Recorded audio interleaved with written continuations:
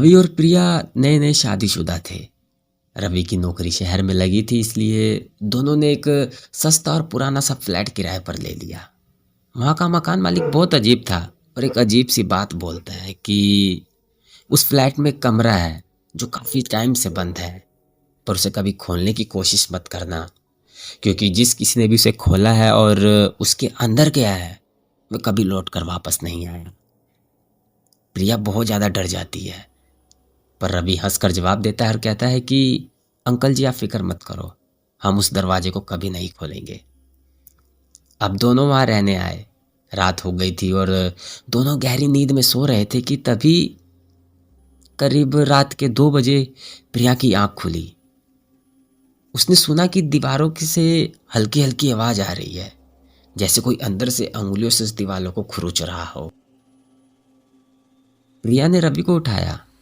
रवि, कोई आवाज सुनाई दे रही है? रवि पहले कहता है कि आवाज बाहर से आ रही होगी, तुम सो जाओ।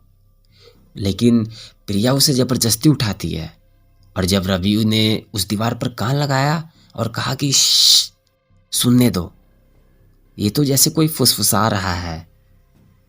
रवि। रवि को अपना नाम दीवार के उस पार से सुनाई दिया। उसके दोनों कान मानो जम से गए हो। यह आवाज अंदर से आई थी और तभी दरवाजा खुद ब खुद धीरे धीरे खुलने लगा। अंदर का मंजर देखकर प्रिया की चीख निकल गई। कमरा एकदम अंधेरे में था, लेकिन एक छोटी सी रोशनी में एक परछाई दिख रही थी। कुर्सी पर एक आदमी बैठा था जिसका चेहरा जला हुआ था। सिर्फ एक तरफ तरफ की आंख ही चमक रही थी। रवि ने जोर से दरवाजा बंद कर दिया, पर तभी एक और डर का झटका लगा। प्रिया का दुपट्टा दरवाजे में अटक गया था, लेकिन हवा बिल्कुल भी नहीं चल रही थी, जैसे कोई उसे खींच रहा हो। प्रिया रोने लगी, रवि, मुझे यहाँ नहीं रहना। डरते डरते सुबह हुई और वो दोनों मकान मालिक के पास गए। लेकिन मकान मालिक ने उन्हें कुछ भी नहीं बताया, बस इतना कहा कि अगर तुमने वो कमरा खोल दिया है तो बस अब वो तुम्हारे पीछे ही रहेगा। उस रात रवि और प्रिया ने डर के साथ सोना चाहा, पर 2 बजे फिर से वही आवाज दीवार खुरचने की। पर इस बार बेड के नीचे से भी आवाज आ रही थी। रवि ने फ्लैशलाइट निकाली और धीरे से नीचे झुका, और जो उसने देखा उसका दिल की धड़कन बंद होने वाली थी। बेड के नीचे एक आदमी पड़ा था, वही आदमी जिसका चेहरा जला हुआ था, और उसका एक हाथ रवि के पैर की तरफ बढ़ रहा था। रवि। रवि जोर से ऊपर चढ़ गया। प्रिया ने देखा बेड के नीचे कुछ भी नहीं था। रवि और प्रिया भागकर मकान मालिक के पास गए। सच बताओ, ये सब क्या है? तब मकान मालिक ने उन्हें सच बताया। मकान मालिक की आंखों में आंसू आ गए थे। 6 महीने पहले एक नया किराएदार आया था, अविनाश। उसने भी ये कमरा खोल दिया था और तब से वो गायब है। उसकी लाश तक नहीं मिली।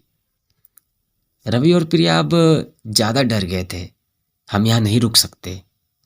मकान मालिक बोला, अब वो तुम्हारे पीछे रहेगा, चाहे तुम जहां मर्जी वहां चले जाओ। रवि और प्रिया ने पैकिंग शुरू कर दी, लेकिन जाने से पहले एक और चीज हुई।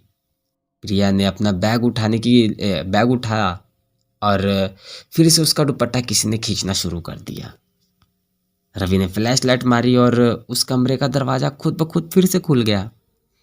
कमरे के अंदर एक बड़ा सा शीशा था और उसमें रवि और प्रिया का रिफ्लेक्शन दिख रहा था।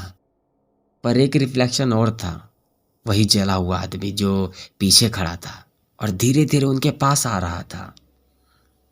रवि ने दरवाजा बंद कर दिया और भागने लगा। दोनों भागकर बाहर आए, पर तभी प्रिया के पैर एकदम जम गए। उसके गले से एक ठंडी सी सांस निकली, जैसे कोई उसके अंदर समा गया हो।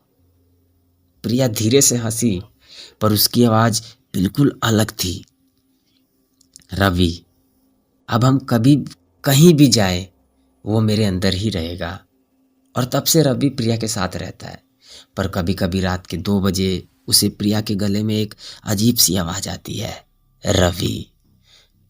तो दोस्तों, कहानी को यहीं पर ख़त्म करते हैं। वीडियो को पूरा देखने के लिए थैंक यू। और दोस्तों थोड़ी बहुत गलतियों के लिए सॉरी। वीडियो आप लोग को कैसी लगी प्लीज़ मुझे कमेंट कर बताना, और अगर दोस्तों चैनल पर नए हो तो प्लीज़ चैनल को सब्सक्राइब करना। मिलते हैं अगली वीडियो में।